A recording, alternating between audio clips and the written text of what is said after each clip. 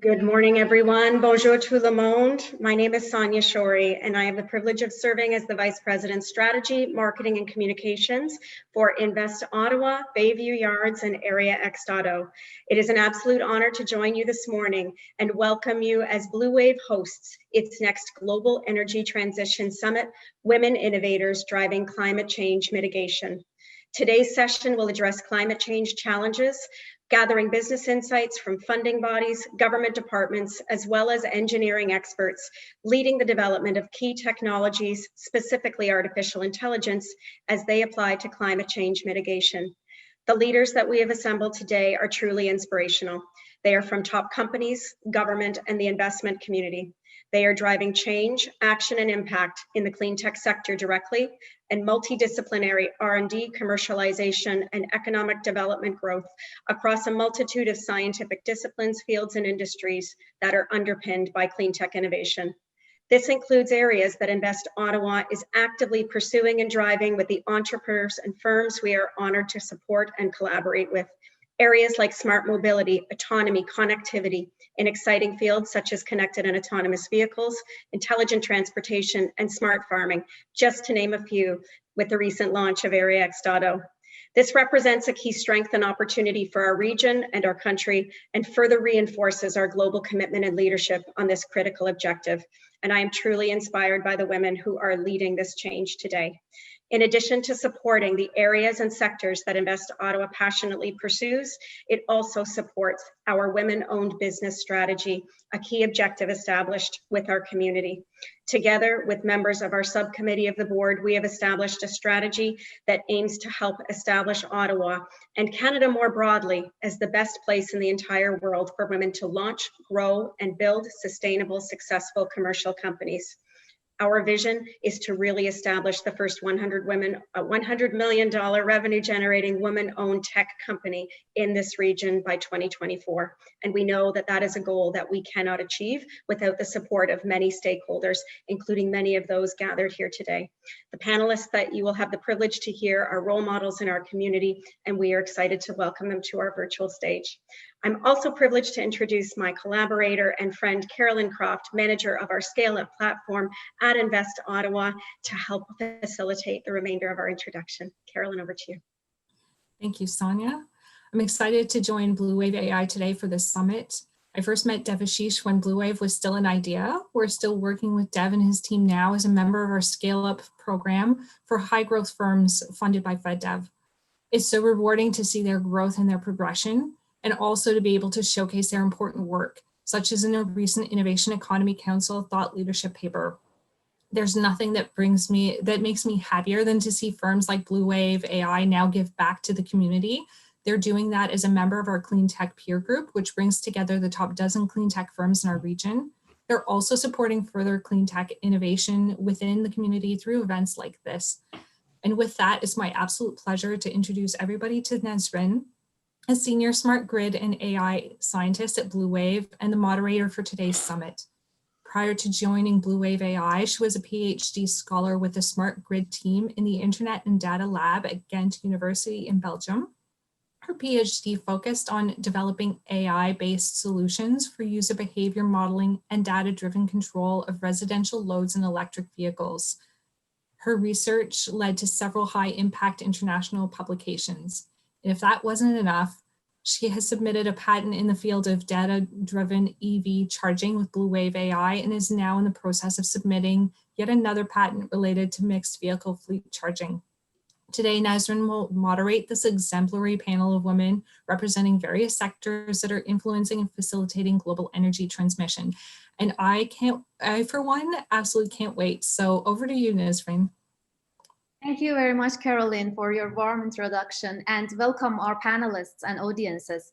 It's an absolute pleasure having you guys here. Let me start with what we do in Blue Wave AI. We are a diverse team of experts with the goal of becoming world's premium AI energy company.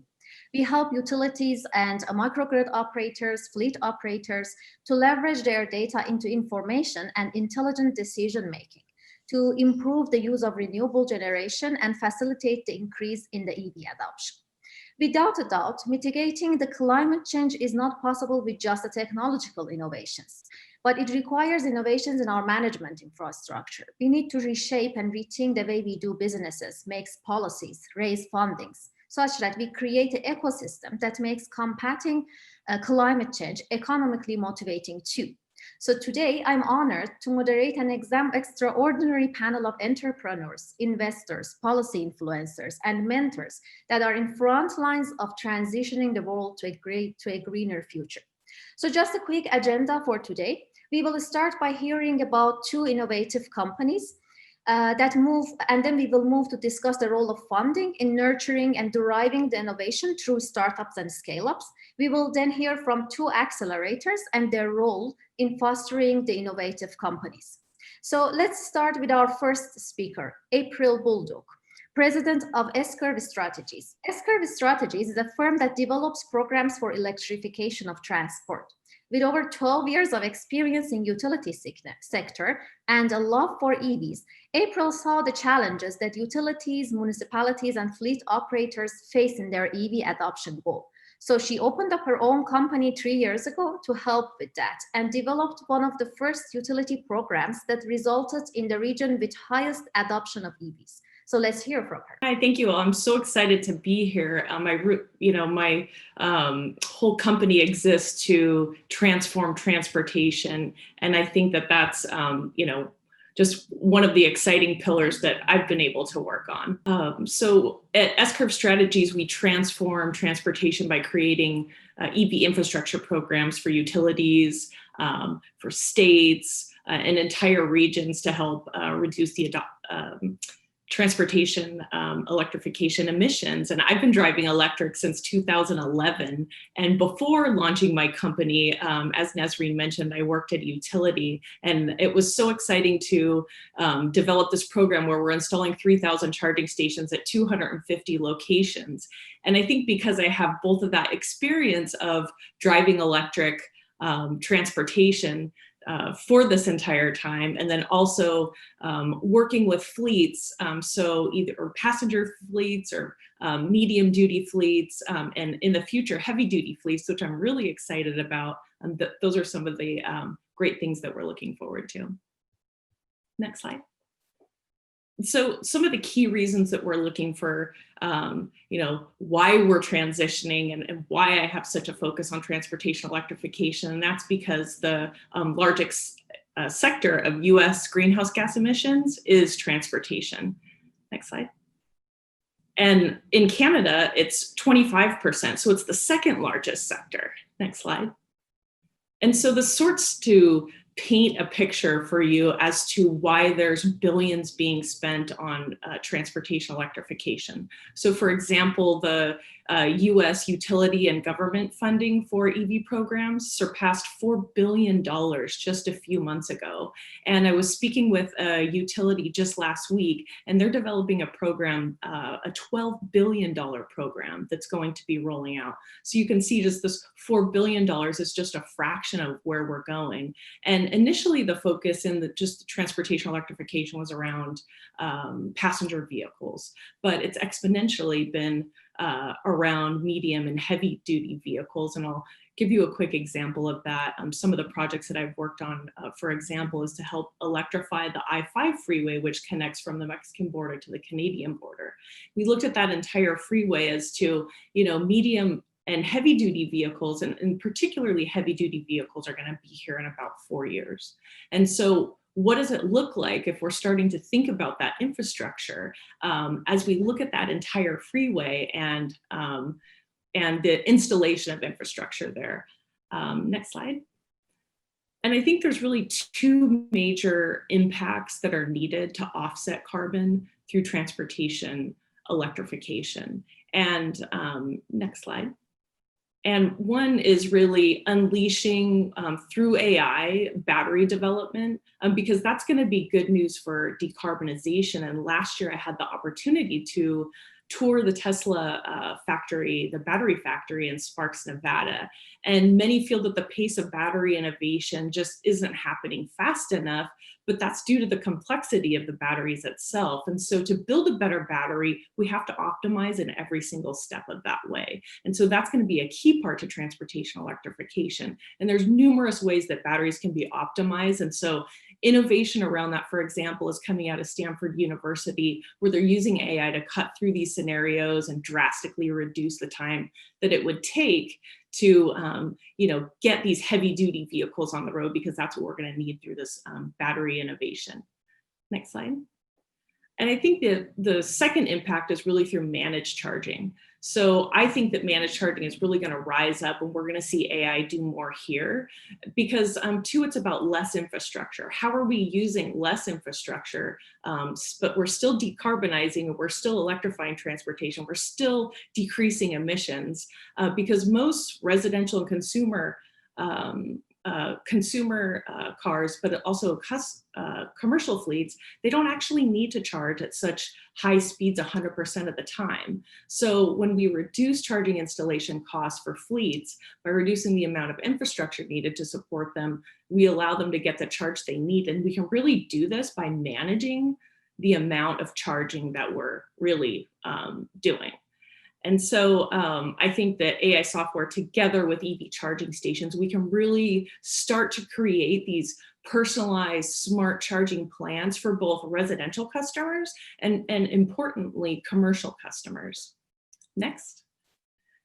And I think just lastly, and what I work for every day is really to get this innovative results. And we want to increase transportation electrification and decrease emissions, because that's what we're all going to do to combat climate change. So thank you very much.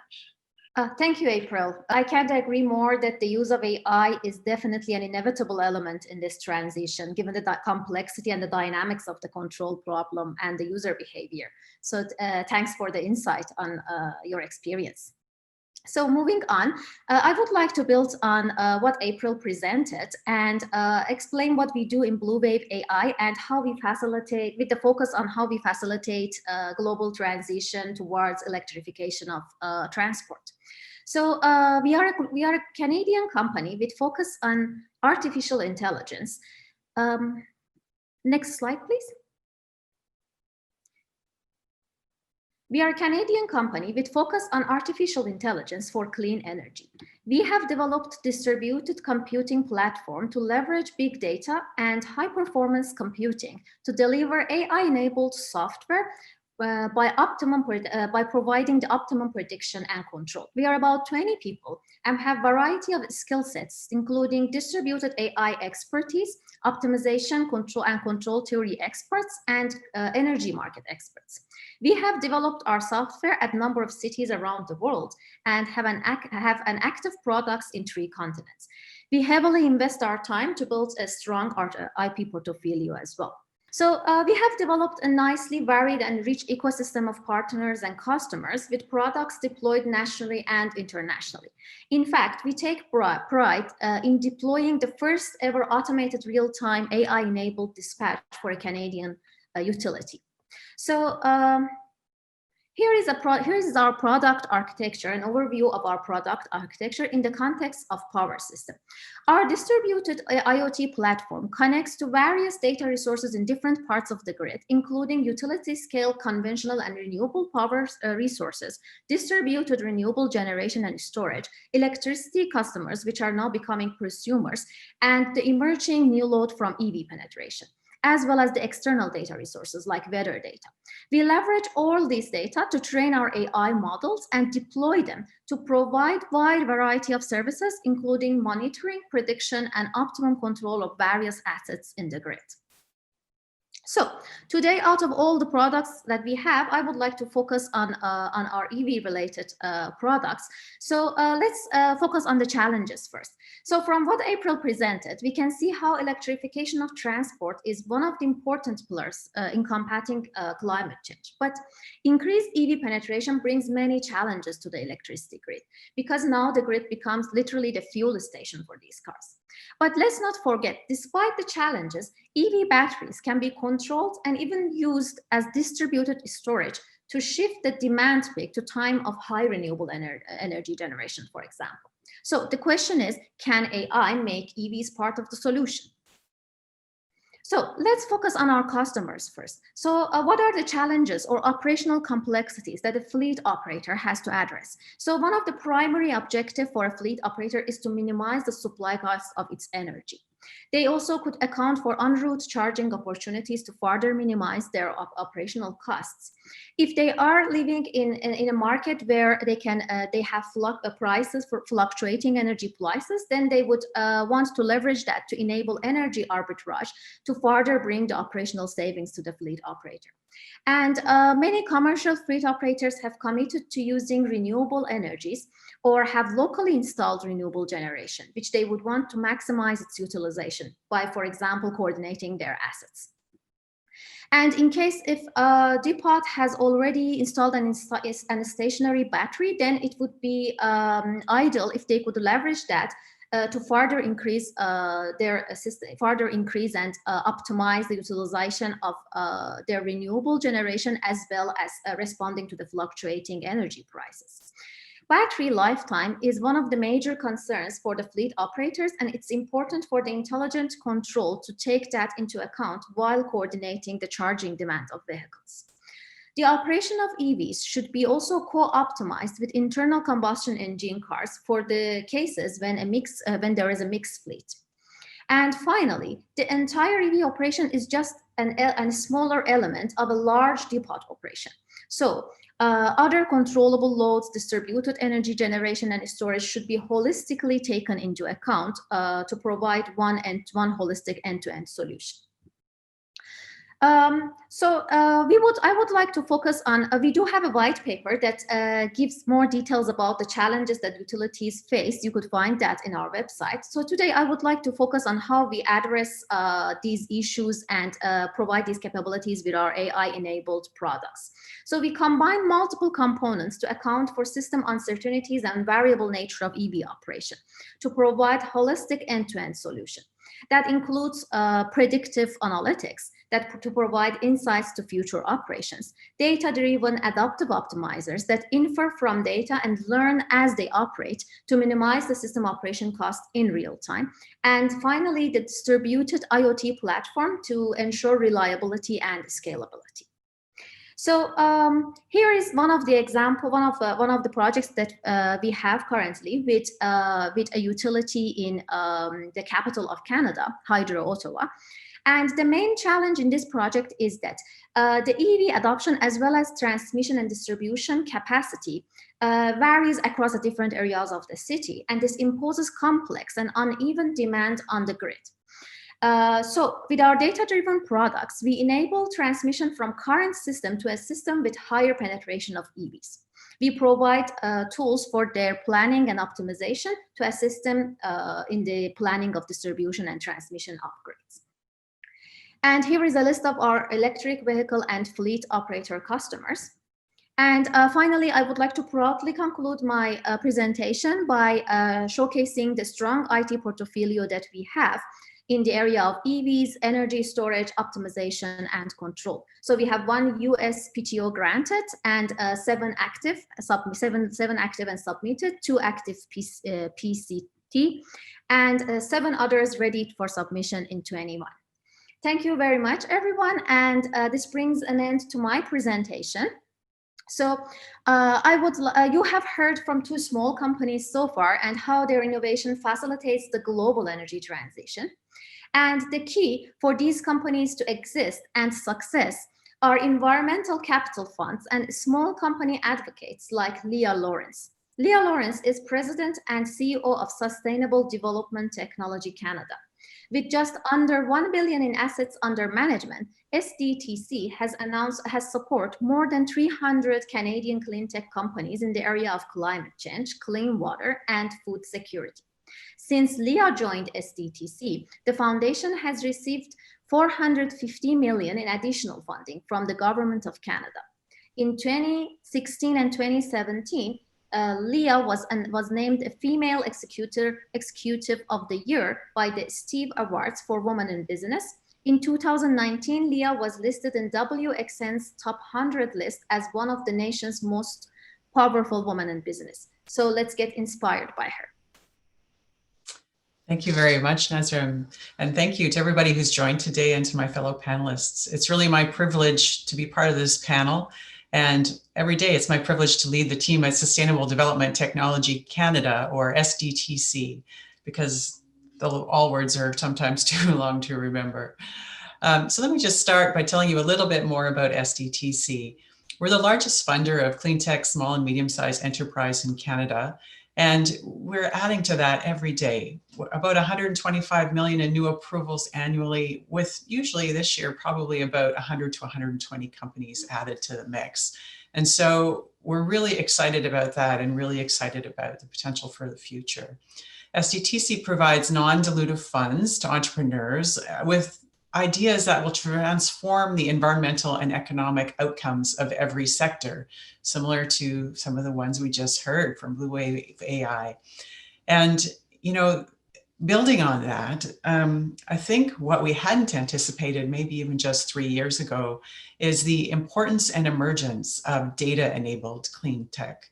In fact, today, about 40% of our portfolio applicants coming forward are people who are combining software, hardware, and the other kinds of things that you might do to transform environmental outcomes in every sector. So for example, energy storage, like we just heard about, new solar panel materials, electric vehicles, new ways of thinking about agriculture and food production, even fusion energy. And the two with data and that big capital stuff are things that we're seeing growing and getting more excited about every day.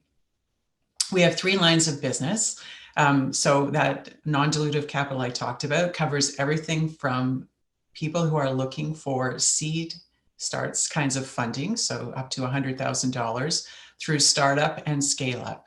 So, you know, in that startup and scale up envelope, what we see is companies who are looking to do their last pre-commercial demonstration or first early commercial application to show a customer that it works. And in that envelope, we can see everything from clients that need between $1 million and several million up to $10 million. So these are the kinds of diverse and interesting companies that we see, and we get to work with entrepreneurs in all kinds of interesting spaces along their entire journey. If you're interested in finding out more, I encourage you to reach out to our team. You can find all our contact information at sdtc.ca. And we're always interested to hear from you, hear your ideas, and let you know if there might be a fit with our programs. I think just before we get into the panel discussion, I would offer 3 things. First is that I've never been more positive than I am today about our ability to beat climate change, and by extension, the potential for clean tech entrepreneurs in Canada. And really, this optimism comes from the entrepreneurs who I see increasingly with bigger and bolder ideas, able to build better companies, raise more capital, and increasingly more diverse. In fact, to the topic of this panel, since 2017, we've seen a doubling of applications from women-led clean tech firms, and we're really excited to see how they grow and prosper over the upcoming years. In fact, for the first time recently, really, we're seeing entrepreneurs emerging from every place in Canada, not just the larger urban centers, and that includes entrepreneurs from Victoria to St. John's to the north, and we couldn't be more excited about that. The second reason I'm optimistic is that really we've seen an amazing evolution of the Canadian funding ecosystem, public and private, and we're going to hear some more from my fellow panelists on that today.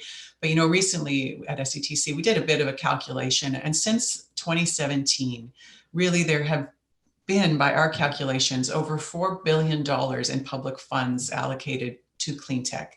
This is Natural Resources Canada, SDTC, EDC, BDC, fund-to-fund programs that go through to venture capital, And that probably doesn't include the provincial funds, which have been equally important in this clean tech evolution and funding in Canada. And of course, as all of you know who have worked with some of the larger funders in the country, these funds are leveraged many times over by private sector funds. So if you think about it, this 4 times 2 or 3 billion in funds is just starting to make its way to be spent by entrepreneurs. And the world isn't linear, it's exponential. So that means we're just starting to see the results of these investments as companies commercialize their technologies, both in Canada and around the world. And that brings me to the final reason that I'm really optimistic. As we see this acceleration of entrepreneurship, of technology commercialization, we're also seeing an acceleration in interest from the financial community. And what I'm speaking of here is, of course, ESG investing, environmental, social, and governance priorities, and the interest in net zero, with over 150 companies, I believe, to date, having declared net zero targets, which means reducing carbon emissions to zero, either right now, as some of the companies already have, or by 2030 or 2050, depending on the industry and the company. And at the same time, countries are doing these kinds of declarations as well. So you have this coming together of funding, of ideas, of interest, and of investment that really is going to, I think, accelerate where we're at today in ways we can't even imagine. And so I'll leave it there, and I look forward to the discussion. Thank you very much, Leah, and for the insights on how SDTC supports technology developments that are so crucial for startups early on, especially. And I agree, the world is not linear, it's exponential indeed. So that brings us to our next speaker. So for these companies to commercialize their technologies and to grow into new markets, they need later stage capital fundings. Shirley Spixman is a senior partner with Cycle Capital, the largest private clean tech fund in Canada. Shirley has led investments in some of Canada's most compelling clean technologies. Her leadership has attracted international capital to Canada and ensured that Canadian technologies that positively impact the environment reach their global potential. Her efforts has directly contributed to the creation and growth of some of Canada's most environmentally impactful companies, reducing waste, chemical, energy, and water consumption. Most recently, Shirley directed Cycle Capital's funding of a data analytics platform that helps mines significantly reduce and optimize the use of chemicals, water, and greatly curtailing emission. So she knows all about the value of data. Shirley has been recognized as one of Canada's Clean 16 and one of Canada's Inspiring 50. So let's hear from her. Thank you, Nazrin. I really appreciate the introduction. And I also want to just a shout out to Leah and thank her for all the work that her organization does, because without SDTC, I can assure you that there's a lot of clean tech companies in Canada that wouldn't be nearly as far along as they have. So it's a great partnership along with many other organizations. And I also like to thank the Blue Wave for facilitating this panel. I think it's an important conversation to have. So a little bit about Cycle. It is one of Canada's largest and most active clean tech venture funds. We actually focus on 5 areas for our 4th fund: energy, clean energy and power, ag tech, the green molecule, enabling technologies, and smart city. And I can be fully transparent with everyone and say there's not a sector in those 5 that isn't impacted in some way by data or AI. The company that Nazrin was actually referring to is a company called MindSense Technologies. It's based in British Columbia, Vancouver, British Columbia. And it is transforming the way that mining is being done by putting ruggedized sensors on the inside of mining shovels, where the company is able to collect data at a pace and at a place in a mine that mining companies have never had before. So on a shovel by shovel basis, a shovel operator can decide whether there's enough ore in that bucket to be sent to the mill for processing or not. And what was astonishing to me as we dug into this opportunity is that you realize that prior to the accumulation of this data, the decision as to where that bucket went actually rested on drill holes that were drilled up to 20 years ago. And the block, they call a block diagram, was crafted around that single drill hole. The reality is that a mine changes over the course of being mined. So all of this material was headed to the mill for processing, and frankly, up to 2/3 of it was waste. So you can imagine the impact of spending water, electricity, and chemicals on waste.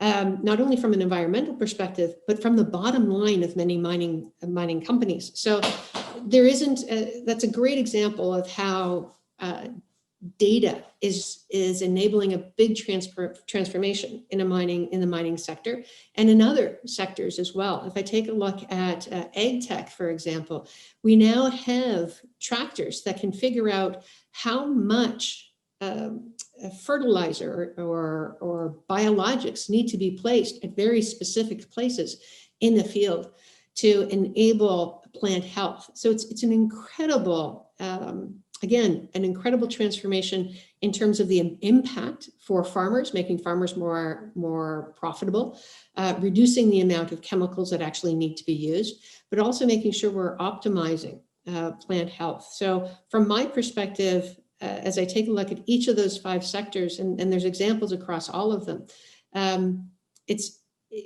would say it's kind of like where the internet was in its early days. People originally thought that the internet was its own segment. It's not. It is a now, like the internet, is now just a part of many people's way of doing business. Data is becoming exactly the same thing. It's a way of doing business. It actually informs business decisions. From Cycle's perspective, we are a Series B fund, which means that we actually invest at a later stage. It means that we like to see companies when the technology has been proven. We like to see companies when we feel that there's been demonstrated commercial traction. And we like to write $3 to $5 million checks when we first go in. And of course, reserve capital for companies as they mature, because what we don't want to have happen is help a company get to a certain point and then not have enough capital to make sure that the organization has the ability to reach its end goal, which is a very successful company. So perhaps with that, I'll leave it for other comments for later as well. Thank you very much, Shirley. So we have heard from these amazing women entrepreneurs and policy influencers and environmental capitalists paving our way to a cleaner future. So next, let's touch upon the role of accelerators and incubators connecting environmental venture funds and larger organizations to small companies with innovative solutions. In our next panel, we have Camilla Kullberg, the Vice President of Global Startup Technology Scouting, SynerLeap ABB. SynerLeap is a program within ABB to accelerate innovative startups and scale-ups by collaboration with ABB. Floor is yours, Camilla. Thank you very much. I'm honored to be here today. I'm Camilla Kullberg from SynerLeap, the accelerator of ABB. Okay, first a few words about ABB. So ABB is a global technology company with more than 100,000 employees in over 100 countries. We are in the areas of electrification, robotics, automation, and motion, and in both hardware and software. And we find our customers mainly in utilities, industry, and transport and infrastructure. Next slide. And sustainability. We embed sustainability in everything we do every day. So we focus on people. We also are being very transparent and to do the right things. We focus on the circular economy and also, of course, with the goal of reducing the greenhouse gas emissions. And also collaborations. Next slide, please. We think that collaboration is a great way to go quicker together. This is an example where ABB have partnerships with the Formula E Championship. And we think this is a way of really drive the progress for the future of electric mobility. So that's one example. Next slide. And then talking about collaboration, we have Synerleap. It's the accelerator of ABB. And we are having startup and scale up as members. We are connecting them, helping them to get the way, navigate the big corporate and the organization that we have. We are a bridge between the startup world and the big corporate ABB. So we are bringing them in. We are trying to help them in all way we can to accelerate them. We are having paid pilots and proof of concepts with the ABB and also our partners.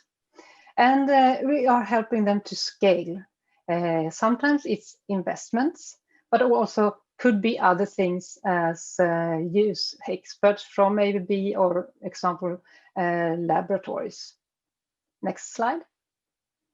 So we think it's all about collaboration. We are building an ecosystem. So we have the big corporate ABB, we have our startups and scale-ups, and also in this ecosystem, we involve ABB partners and customers. So if the startups will work with ABB or our customers, we think that all will benefit because this will drive and shorten innovation cycles, enable growth, and so on. So it's a win-win-win situation, we believe. Next slide. So this is our member companies at Synerleap right now. They are from many different countries all over the world.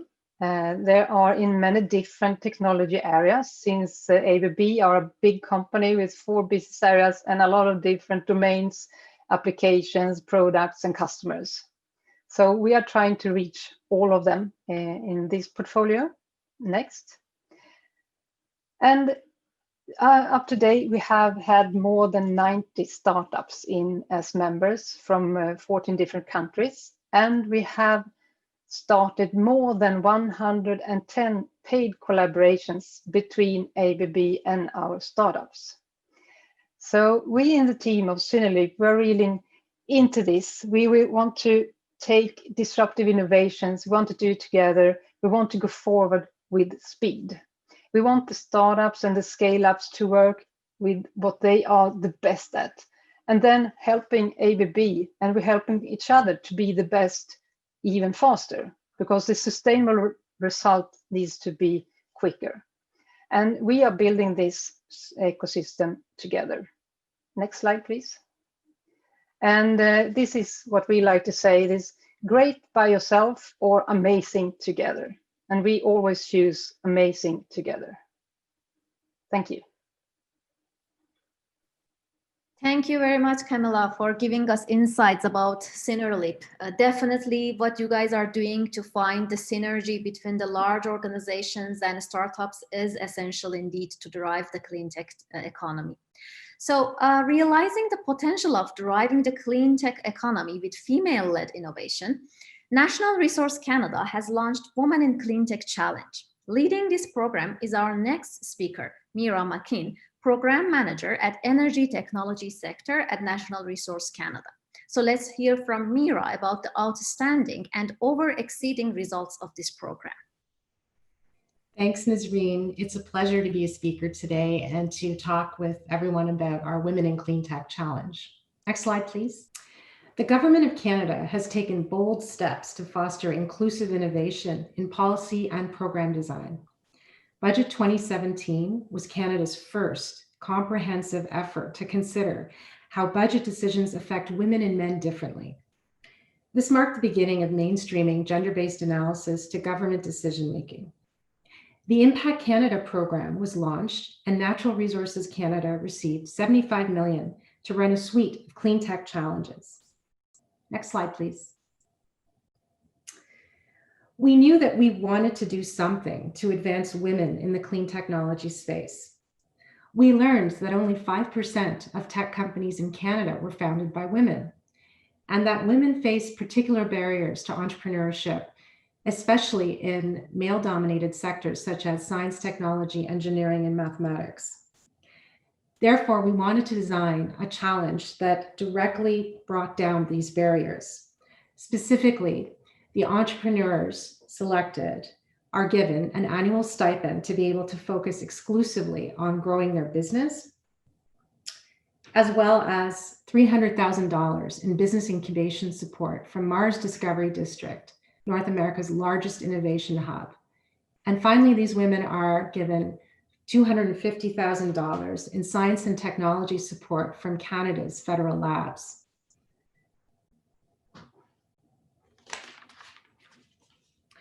We took inspiration from Cyclotron Road, which is an entrepreneurial research fellowship run by the Lawrence Berkeley National Lab in California. The Women in Technology Challenge offers a $1 million grand prize to the finalist with the most improved and likely to succeed company to be able to further grow her business. When we launched the program, 150 applications were received. 30 applicants were interviewed and 10 were selected to pitch their technology and business to a jury panel composed of prominent women from across Canada. At the pitch event, the jury was so impressed with the ideas presented that instead of selecting 5 finalists, the program was expanded to 6 world-class innovators. Next slide, please. Our 6 finalists are based across the country and are partnering with federal labs to develop their tech platforms. Next slide, please. Since becoming Women in Clean Tech finalists, these women and their businesses have garnered so much more recognition. In fact, this slide doesn't cover it all in the least. Just as an example, very recently, one of our finalists was profiled in Global News. Another one was named Corporate Knights Top 30 Under 30 Sustainability Leaders. Next slide, please. So the program has not yet wrapped up, but we're already learning some important lessons from our experience with Women in Clean Tech. First of all, in order to attract what we call unconventional solvers, we need to program things differently. When we talk about unconventional solvers, we're talking about women who come from diverse sectors, who have never applied to a government program, and who might not have otherwise seen themselves as clean tech entrepreneurs, much less global leaders in their field. Having a women-only pitch event was a really important part of our process. And to have a jury selection, again, of prominent female leaders from across Canada to be able to select finalists, and the final winner has also been a really important element of the design of this challenge. Having our partnership with Mars has been absolutely fundamental to bolstering business incubation and growth for these finalists and their businesses. And so it's going to be important to continue momentum, to inspire the next generation of female clean tech entrepreneurs, and to make sure that we continue to shine the spotlight on our cohort. I'd like to end my presentation with a quote from one of our clean tech finalists, demonstrating the great power to be found in a cohort model such as this one. The $1 million is fantastic, but the encouragement and support that we give each other to go 2.5 years down the road into a business, that's worth way more than 1 million. So there's no way we would ever hurt each other or sabotage each other or compete in a way that would harm each other, because the more we work together, the further we all go. And all of our technologies are so important for this planet and our future. So supporting each other is the only choice. Next slide, please. And I just leave you with some important references, and thanks for your attention. Thank you very much, Mira, and thank you to all our speakers today. So let's jump into our Q&A sessions. Please do write your questions in the chat box, and I will try my best to accommodate them all. And let me start this session with the first question directed to April and Camilla. So from your experiences in the EV field with the EV innovations and companies, what are the key innovations that you are seeing in the deployment EVs, and what are the challenges that they are addressing? So April, if you would like to start with. Sure. So a lot of the key innovations that we're seeing is really around how are we going to implement medium and heavy duty transportation electrification into our grid. And if I think one of the big barriers to that is if we're not thinking about it now, we are going to have a big problem when these vehicles start rolling out. And the importance of having medium and heavy duty vehicles is because of emissions reductions, and a lot of times emissions reductions need to happen in low-income communities. And so it's of key importance that the industry is thinking about this now, and I'm so glad that Blue Wave is already doing that, which is fantastic.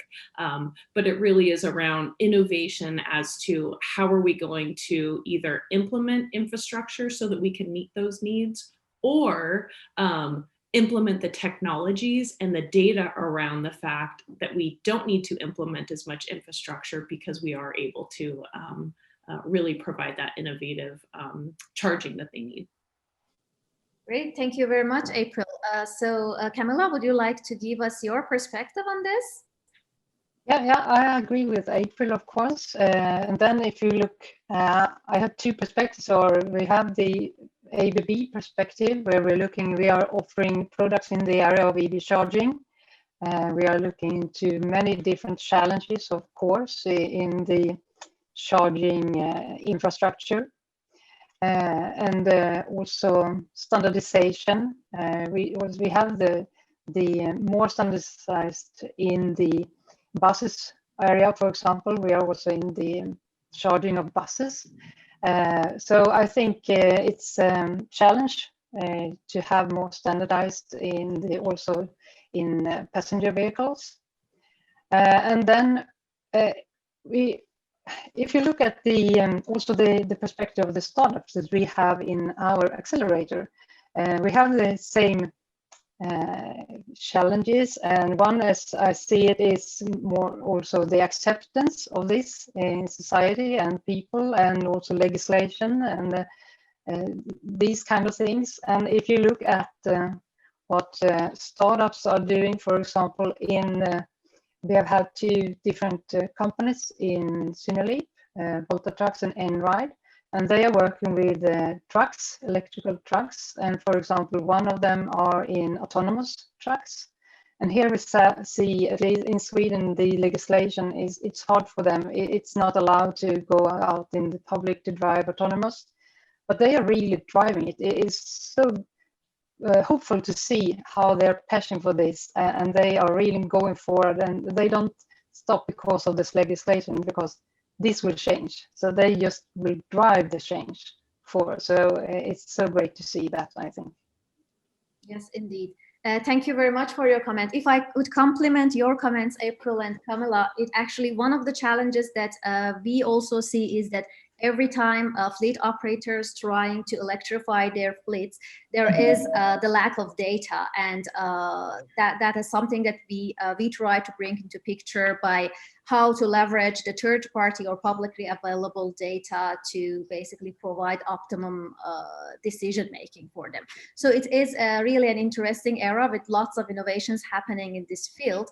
Thank you very much for your insights on that.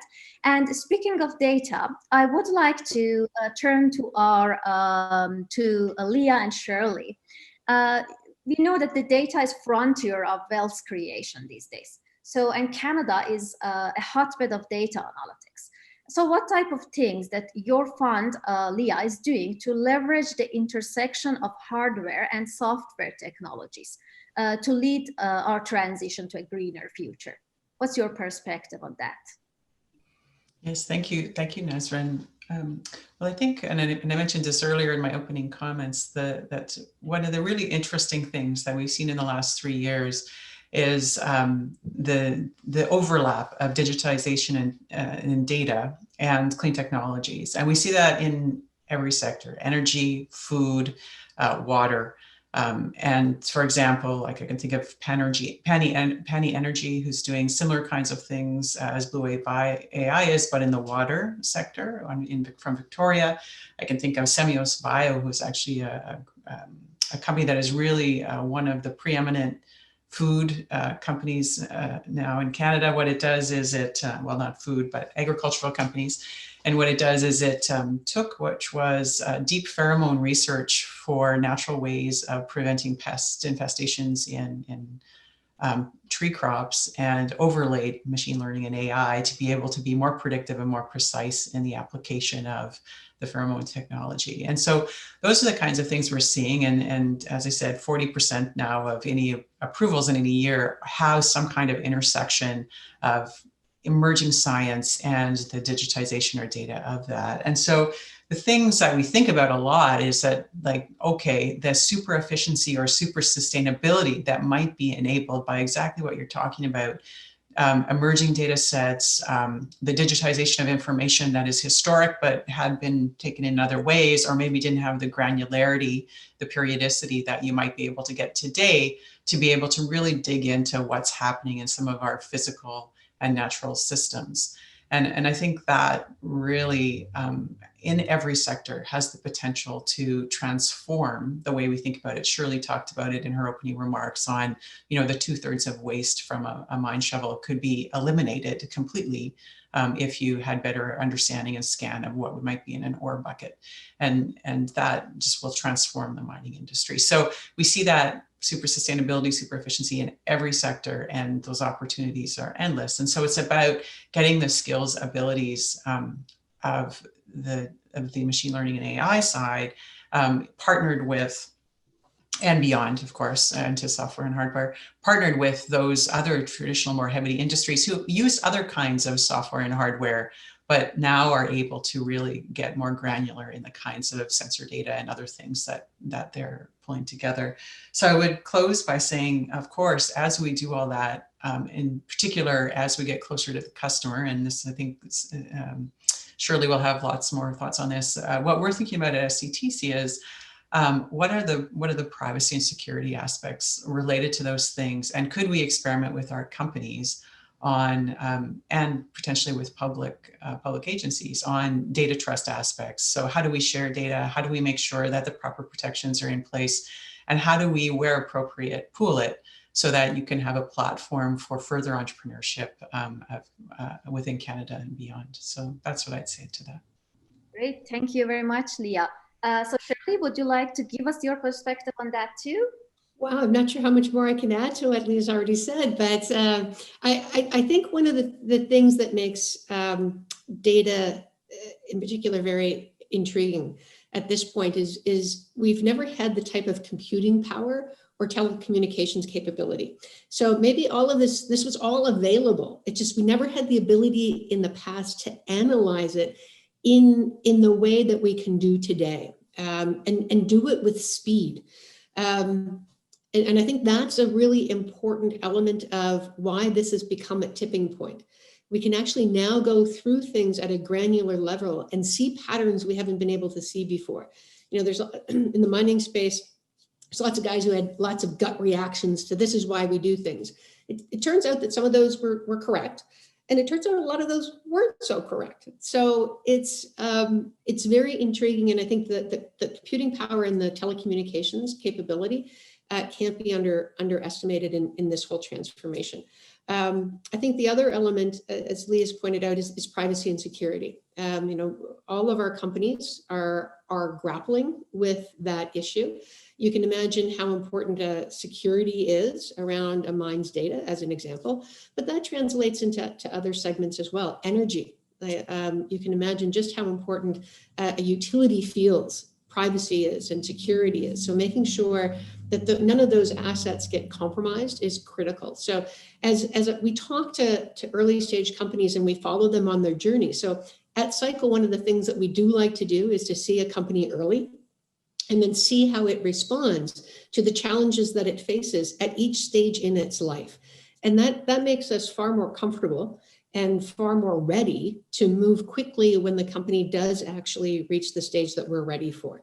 So I think that's from our perspective, that's how we behave with our companies, and we like to see how they respond to those challenges. So, I encourage everyone on the call and the presentation today to actually reach out and let us know what you're doing, because you might not be ready today, but you may be ready sooner than you think, because the world does change much faster at a great speed.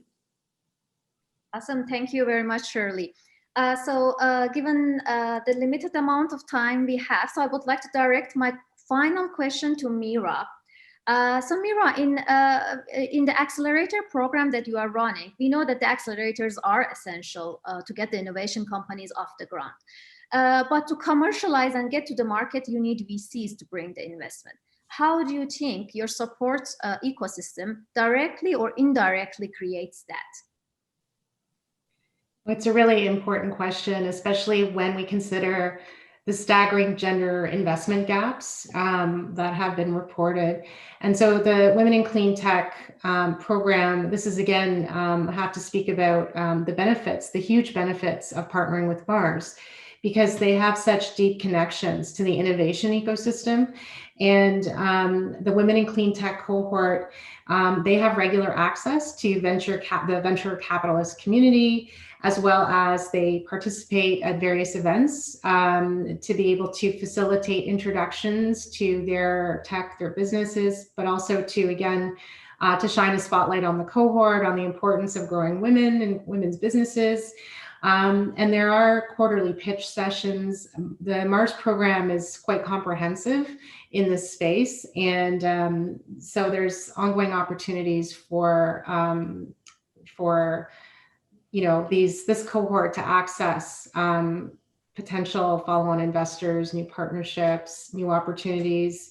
They've also participated in the US, for example, the Industry Growth Forum in Denver, that's hosted by the US National Renewable Energy Lab. And there's an upcoming Mars Impact Week actually at the end of the month. And I think there'll be some profiling there as well. Great. Thank you very much, Mira. So this brings an end to our today's discussion, and you will find the recording of our presentation online in our website soon. And I would like to thank to all of our panelists for their time and their input, and also our audiences for attending this event. Also, thank you to Invest Ottawa for giving us this platform. And I would like to close this session, and over to you, Sonia and Caroline. Thank you so much. I am so inspired and honestly blown away by the dialogue today. I was trying to think of how I could bring all of my thoughts together, and Carolyn and I were back and forth during today's session about all the opportunities we look forward to pursuing with every single panelist that joined us today. There are three words that emerge: immense opportunity, collaboration, and the impact that can be achieved when we come together to tackle some of the grand challenges from a technology, economic development, certainly gender equity, and all of the opportunity that you are helping to drive. We are so excited as the lead economic development agency for Canada's capital, working collaboratively with firms such as Blue Wave and so many others, and so many women founders. So Mira, you are at the top of my list with respect to your Women in Clean Tech program. We see immense opportunity to come together and look at that integrated system, Nazrin, that you were just referencing, what we can do regionally, nationally, and globally together with all of you. I want to extend sincere thanks to Dev and his team at Blue Wave AI. It is an absolute honor to collaborate with you. Thank you for shining a light on this important opportunity and creating today's panel. Carolyn, over to you for closing remarks. So again, a great big thank you to Blue Wave for pulling this together. As mentioned earlier, it's one of the amazing ways that they're contributing back to the ecosystem.